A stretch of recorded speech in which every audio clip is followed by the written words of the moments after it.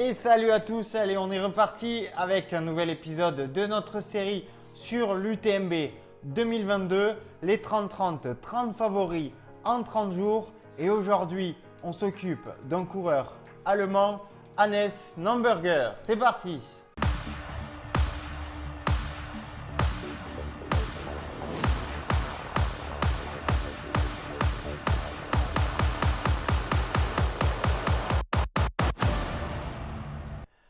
Allez, alors c'est parti avec Hannes Namberger, mais avant je tenais à vous rappeler que tous les épisodes disponibles sur YouTube sont également disponibles en podcast sur Spotify, Apple Podcast et Deezer. Allez, alors on est parti avec Hannes Namberger. Qui est-il? D'où vient-il? Quel est son palmarès? Et quel est mon pronostic pour son UTMB 2022? Eh bien, c'est ce qu'on va voir tout de suite. Alors, Hannes Namberger est un ultra-trailer allemand, originaire de Rudolfing, de 33 ans. Dans la vie, il est policier et également moniteur de ski l'hiver. Côté sportif, il fait partie du team Dynafit et a un index UTMB sur 100 miles de 905 points, ce qui le classe au 4e rang mondial sur 100 miles. Juste derrière Kilian Jornet, François Daen et Jim Walmsley. Voilà, donc rien que ça. Donc si on pouvait un peu revenir sur la carrière sportive d'Hannes, car il a eu une carrière sportive avant celle dans le trail. Durant beaucoup d'années, pendant sa jeunesse, il a pratiqué le ski et le ski de fond. Beaucoup plus le ski quand même, et il s'est spécialisé pour le slalom géant. Slalom géant, c'est la discipline dans laquelle il est devenu vice-champion d'Allemagne junior en 2009.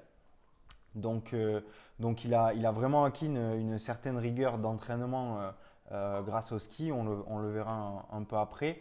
Mais c'est en 2011 qu'il va arrêter sa carrière de skieur.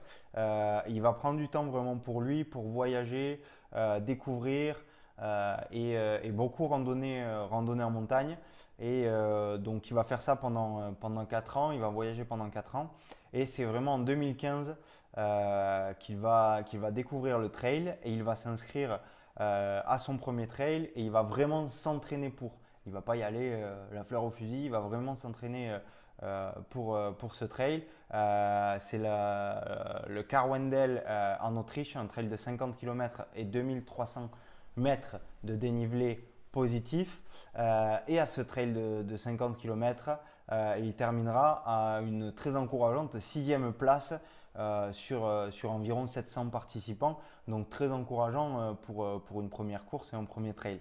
À la suite de ce premier trail, ce qu'il dit, c'est qu'il avait mal partout, mais c'est ça qui lui a plu et il voulait véritablement s'y mettre et s'entraîner vraiment pour le trail et essayer d'avoir une carrière dans ce sport-là, une nouvelle carrière dans ce sport-là. Donc les années suivantes, forcément, avec la rigueur qu'a Hannes et les bons résultats vont s'enchaîner. Il va avoir des podiums et des victoires dans de nombreux trails en Autriche et en Allemagne. C'est principalement là-bas qu'il va se construire en tant que trailer. Et il viendra même en France en 2018 où il gagnera le trail du Petit Ballon. Et dans cette même année, il rentrera dans le team Dynafit. Et c'est vraiment en 2019 où il se sent prêt à aller se frotter pour la première fois au gratin mondial du trail. Et il va aller sur la Transvulcania où il terminera 10e et également sur la CCC où il prendra la 12e place. Donc c'est vraiment des très très belles places pour quelqu'un qui a commencé le trail depuis peu. Mais pour progresser, il sait qu'il doit s'entraîner et s'entraîner surtout plus. Et c'est ce qu'il va faire, puisque bon, 2020, il va y avoir le Covid, donc il va faire quelques courses autour de chez lui, mais il va revenir en 2021 avec un objectif en tête, l'UTMB 2021. Donc première fois sur 100 miles également lors de cette UTMB 2021. Et avant, pour le préparer, il va aller se frotter sur le Lavaredo. Donc il va effectuer une course assez intelligente puisqu'il va partir avec le groupe devant mais un peu en retrait. Et il partira ensuite à partir du milieu de la course avec Andrew Heimerick, qui était le favori de ce Lavaredo. Et sur la fin, il arrivera à le lâcher, à creuser l'écart. Et il arrivera même à signer un nouveau record sur le Lavaredo.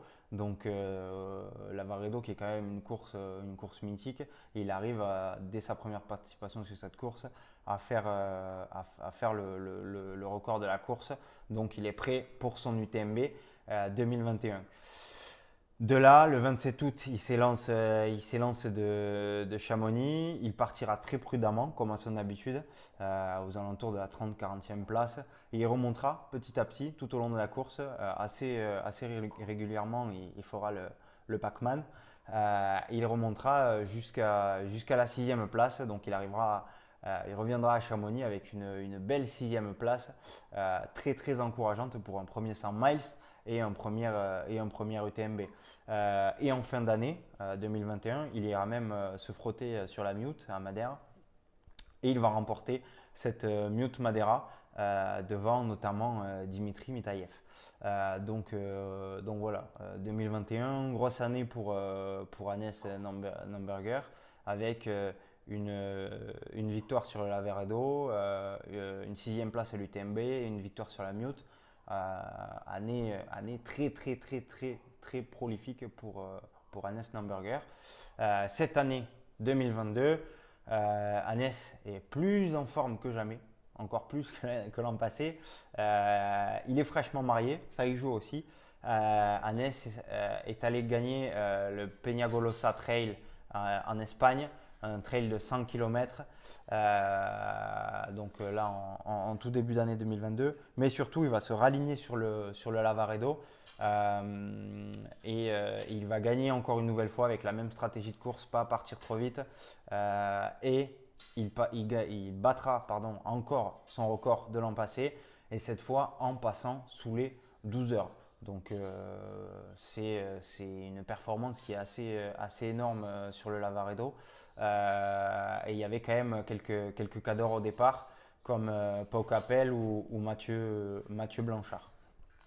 De là, si on pouvait dégager quelques points forts et points faibles d'Hannes Namberger, eh bien, point fort, ça serait vraiment sa rigueur et son mental.